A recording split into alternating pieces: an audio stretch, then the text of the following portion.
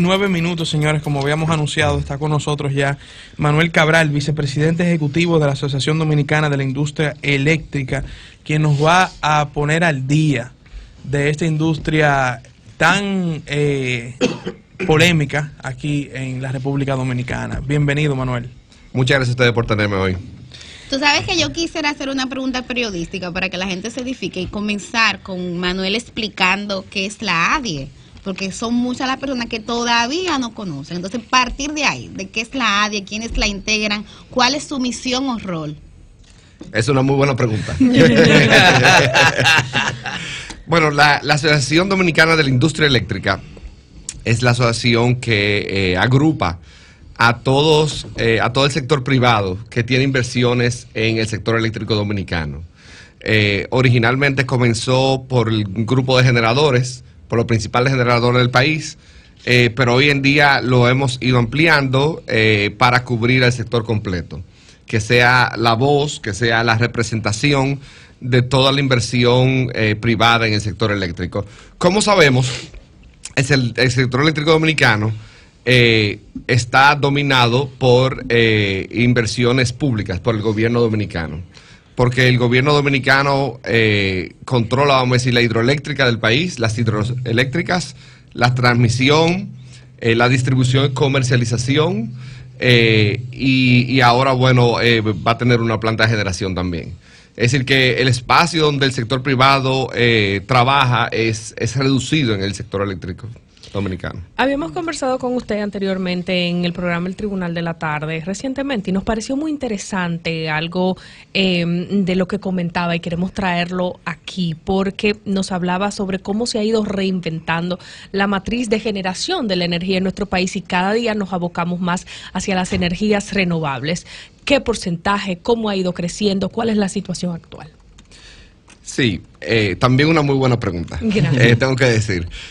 En el sector eléctrico siempre escuchamos cosas malas. Siempre la población, todo el mundo se queja y con mucha razón.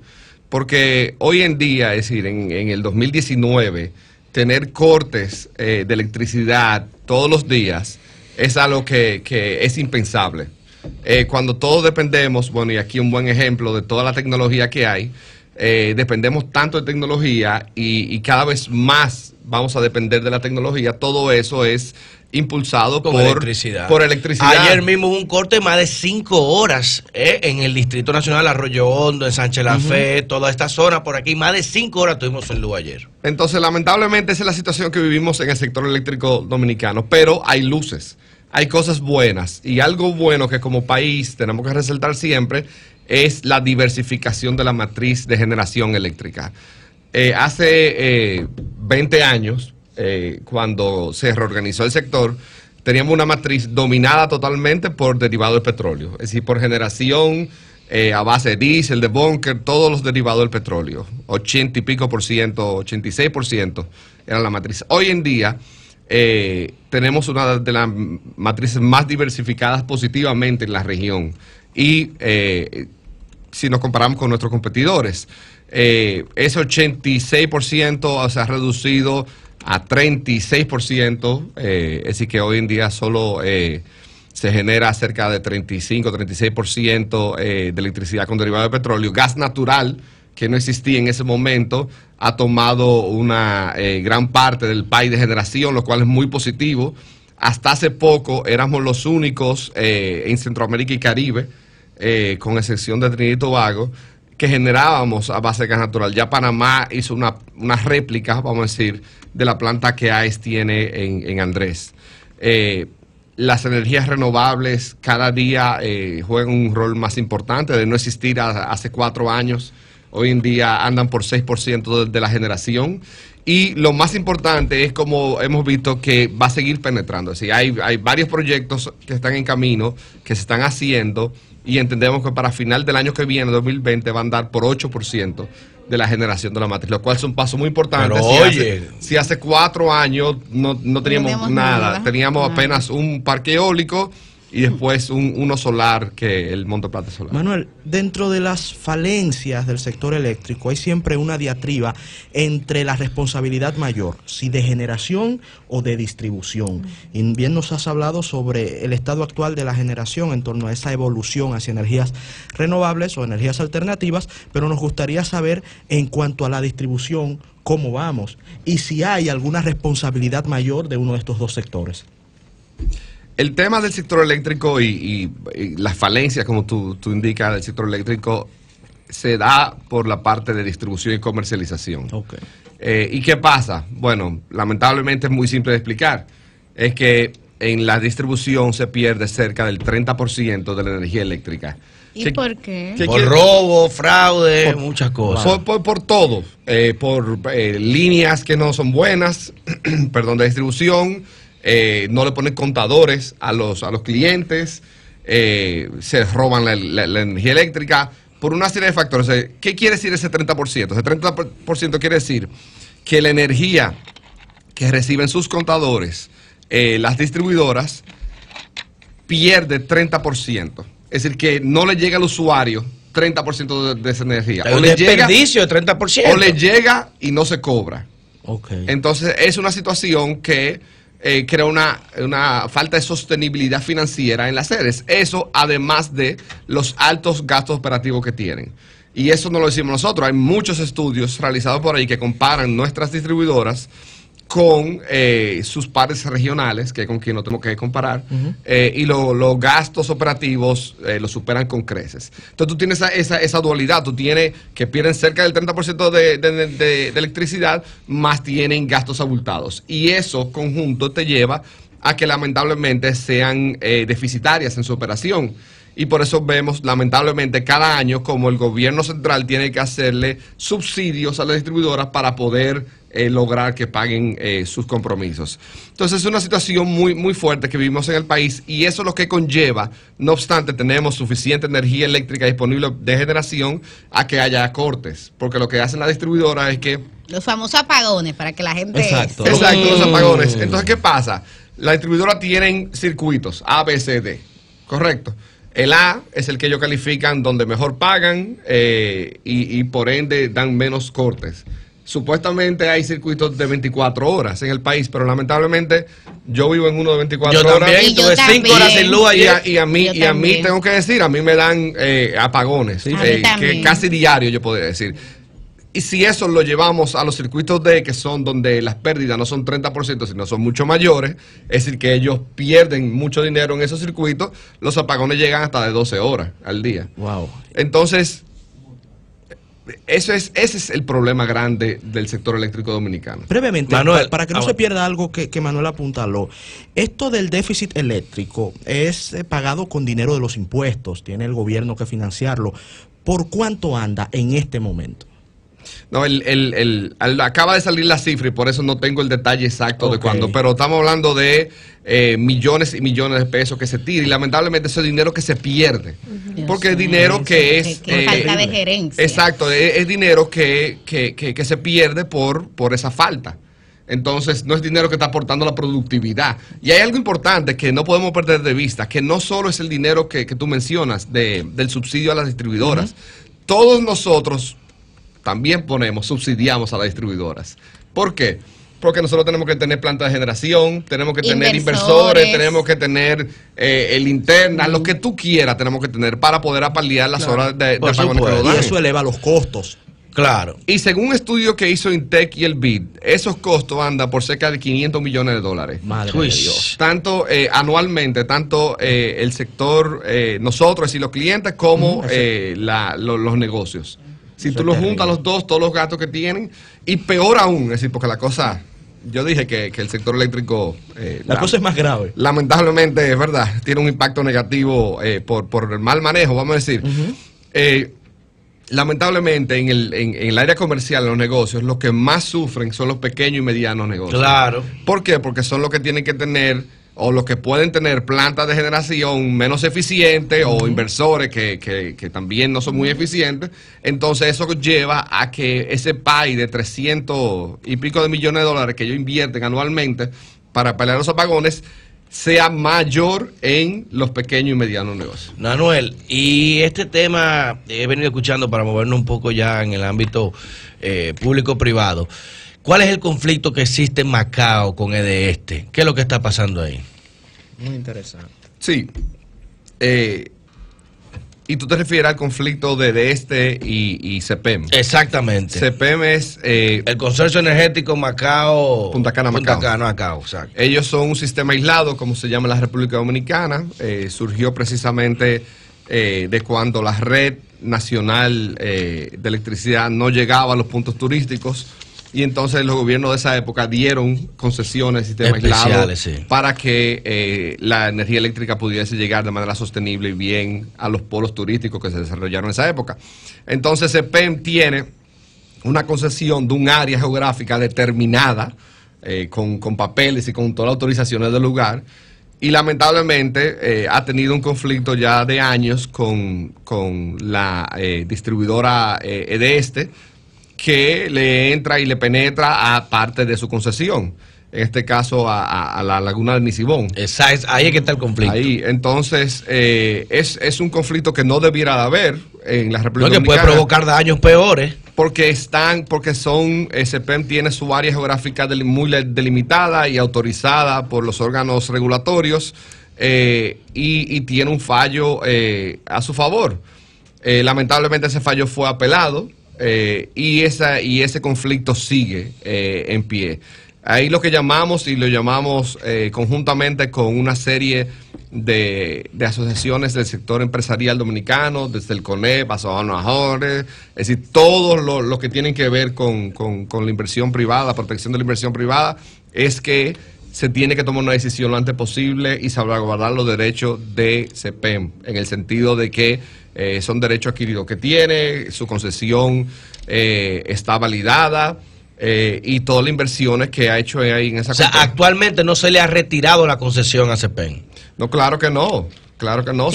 ¿Y qué alega EDESTE para transgredir esa concesión? Bueno, lo que alega, según entiendo, es que hay un conflicto de lindero. Sí, por la laguna de Nisibón, que es lo que ellos dicen que les pertenece. Que le pertenece, pero claramente, si vemos los mapas de la concesión de CEPEM, está dentro de su área de concesión. No hay... Entonces el tema aquí no es, y eso lo decimos mucho, el tema no es el conflicto entre CEPEM y EDESTE, el tema es salvaguardar la imagen de nuestro país, que esos son inversiones mayores que se hacen ahí, y los inversionistas internacionales buscan República Dominicana y buscan el sector eléctrico y se van a encontrar con ese conflicto miren ese dato, entre una empresa estatal que lamentablemente tiene militares asignados para seguridad de su equipo y lo utiliza sin autorización, por ejemplo, del Ministerio de Defensa, para entrar en un área que no le corresponde. Eso es grave, ¿eh? Eso es muy grave, y tenemos que aprender, nosotros como país pequeño, caribeños, tenemos que aprender que la inversión privada y la inversión extranjera, que en este caso hay parte en CEPEM, se tiene que cuidar, porque lo que queremos es atraer cada vez más es mejor inversión y buena inversión. Seguridad jurídica. Claro. Manuel, dos preguntas para condensar. Primero, ¿es una visión de la ADIE incursionar, o sea, habría que ver de qué manera, pero incursionar más en la distribución, tomando en cuenta que las EDES no dan un servicio eficiente, es muy burocrático, tienen altos costos, número uno. Y número dos, ustedes lanzaron un estudio reciente, que fue compartido incluso con los medios de comunicación, donde se indica que realmente el costo de la electricidad en República Dominicana no es el más caro de la región. Y sería bueno también explicar eso, que es una especie de mito que existe, que aquí se paga la energía más cara, cuando realmente no lo es. Sí, el primer tema de distribución, antes de hablar de que sean nuevamente dadas en concesión o capitalizadas o como tú quieras las distribuidoras, lo importante es sanearlas. Eso es lo importante. Es decir, aquí tenemos que estar claro de que las tres distribuidoras, como están organizadas, son compañías comerciales. Las tres, como están constituidas. Lo que pasa es que en este momento la inversión total es del Estado Dominicano. Por ende, se tienen que comportar como compañías comerciales que son. No sé si ustedes saben que las 3 compañías no publican estados auditados del año 2012. Wow, no Es decir, O sea, de este, de norte, de sur, no, del 2012 no han publicado estado auditado. Eso es una juicio político. Correcto. Es una violación seria. Mire, no relaje este No, tema. yo no estoy relajando, es una violación seria. Eso es grave. Claro, desde el eso es grave. 2012. Sí, porque esas son Ninguno aquí empresas que manejamos generan información. beneficios. No lo sabía. Y son empresas que administran presupuesto público, o sea que tienen que rendir una Tiene que auditoría. rendir la constitución, rendición de cuentas. Y cuando tú dices que administran dinero, mucho dinero. Mucho Es dinero. decir, estamos hablando de muchos millones de pesos que esas distribuidoras cobran y utilizan para su operación. Y entonces estamos hablando de que desde el 2012 las mismas no presentan estados auditados, lo cual es muy grave. Todos los números que nosotros vemos son números preliminares. Es decir, los análisis que tanto Sí, nosotros... porque sin auditoría no se puede terminar Correcto. nada. Y cuando nosotros decimos, por ejemplo, para poner el contexto de la situación, cuando nosotros decimos que las distribuidoras andan por 30% de pérdida, eso es un número estimado en base a los datos que ellos dan, pero no es un número que podemos decir que es el número correcto. Que como no tienen la información. Claro, Claro. porque no tenemos estados No, auditados. puede ser es hasta una más. estimación. O sea, Claro. Es una proyección que exacto. ellos hacen y publican.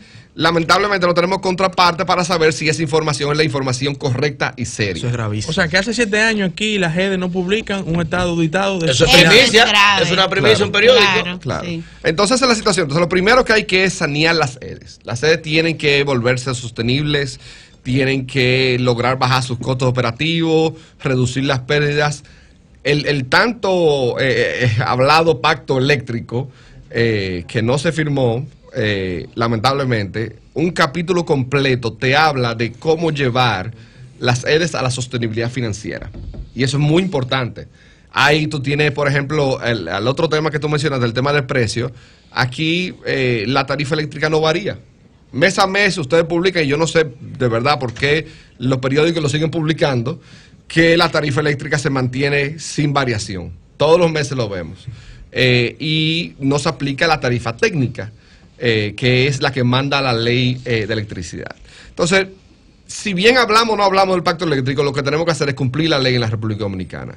La ley manda la aplicación de una tarifa técnica, la cual hoy en día la tarifa que se aplica no refleja los cambios en el mercado.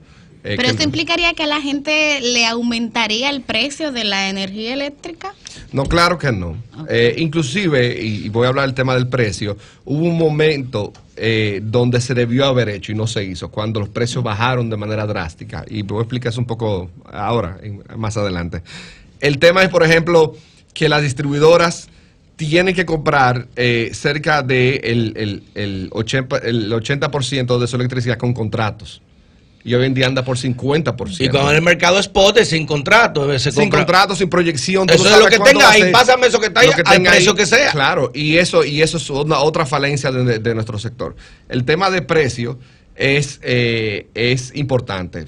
Aquí los precios de electricidad bajaron de manera drástica cuando el petróleo bajó. Es decir, que hubo años donde tuvimos un precio de 10 centavos, 11 centavos y más bajito el kilovatio hora. Lamentablemente en esa oportunidad se debió haber hecho la transición a la tarifa técnica, no se aprovechó. ¿Qué fue lo que pasó? Lo que pasó fue que esa tarifa que tenemos en nuestro país, que no varía, se quedó igual. El precio de generación bajó drásticamente y eso creó un colchón de hasta 180% adicional para un margen para las sedes. Es decir, que desde que estaba caro el petróleo en los años 2014 hasta el año pasado, mediado del año pasado, ese margen... Ese colchón ayudó. Ese colchón se fue hasta 180%, aumentó. Wow. Y eso lamentablemente no lo vio el pueblo, no lo vio los comercios, las industrias. Eso se quedaron en las EDES con ese margen adicional de dinero. Mira, Manuel, estamos ya concluyendo, pero yo no quisiera irme sin el tema de Punta Catalina. A la gente que nos escucha lo que le interesa es saber si algún día aquí se van a Se acabar arregló los se arregló el apagones. país con Punta Catalina. El ya. impacto real, Manuel, tú como conocedor del sector, que tendrá Punta Catalina en aras de este objetivo de que la gente reciba luz constante y barata, ¿cuál será? Vamos a unir con esta pregunta, como ya tenemos poco tiempo, son dos en una. ¿Cuál es la situación actual de la deuda con los generadores y por qué tienen en los contratos con los generadores de pagar una energía que esté disponible, aunque no necesariamente se utilice? Se sataniza mucho este tema y falta explicarlo. Ok, con el primero, Punta Catalina, ya hemos dicho, ese fue el primer tema que tratamos. La generación se ha diversificado y se ha invertido millones de dólares en la República Dominicana trayendo tecnología de punta. Punta Catalina va a ser una generadora adicional. Por ende, el problema no se va a resolver. Porque el problema no es un tema de generación, sino de distribución. Claro, y eso lo hemos dicho, es independientemente de las consideraciones que tú tengas a favor o en contra de Punta Catalina, la realidad es que Punta Catalina no resuelve el problema. Porque Punta Catalina no va a hacer que se reduzca el 30% de pérdida de las distribuidoras. No lo va a hacer, entonces no va a aportar a eso. Nosotros como país, y somos un país creciente, que lo vemos por donde estamos, todas las torres nuevas y comercio, industria, la demanda aumenta, la demanda de electricidad del consumidor aumenta constantemente, cerca de entre 3 y 4% anual. Por ende, se tiene que seguir haciendo generación constantemente. Que Punta Catalina, el tamaño de la misma es apropiado, no, eso es un debate, eso se puede debatir pro y contra. La realidad es que no va a resolver el problema. Ahora, con relación al tema de la deuda. De la deuda y de los contratos por la energía disponible. Sí, el tema de la deuda, el gobierno lo mantuvo por varios años bajo control, debiéndole algunas facturas, pero no pasaba de 300 millones de dólares la deuda promedio mensual. Lamentablemente, desde mediados del año pasado hasta principios de año se deslizó bastante y llegó cerca de 900 millones de dólares, es decir, que se le debían más de 6 meses de facturación. Lo pagó el gobierno recientemente, pero esos son temas que debemos de evitar. Porque inclusive estamos hablando de que se están haciendo proyectos renovables. Un inversionista renovable internacional que va a invertir en la República Dominicana ve que aquí hay periodos donde no te pagan 7 meses. 7 meses. 6, 7 meses. ¿Y qué voy a invertir para allá? Claro, ¿Está loco? o peor aún, si invierte, va a tener un precio de venta mucho más caro. Claro, para poder recuperar esos meses. Claro, entonces es un tema. Y finalmente, con las plantas que se paga electricidad sin generación, eso es el factor potencia. Es decir, la planta lo que asegura es cuando está bajo contrato, cuando está en mercado spot, es lo que yo vendo de electricidad, cuando es la capacidad, la potencia que yo tengo para generar en cualquier momento.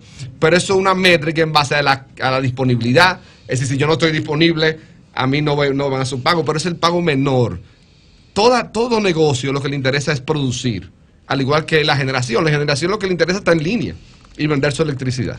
Bueno, Manuel, te agradecemos de verdad. Súper que hayas tomado el tiempo interesante. para explicarnos. Oye, yo acabo de un poner tema un tan grupo, lo que complejo. dijo Manuel de Punta Catalina, ¿verdad? y ese grupo parece que se despertaron toditos.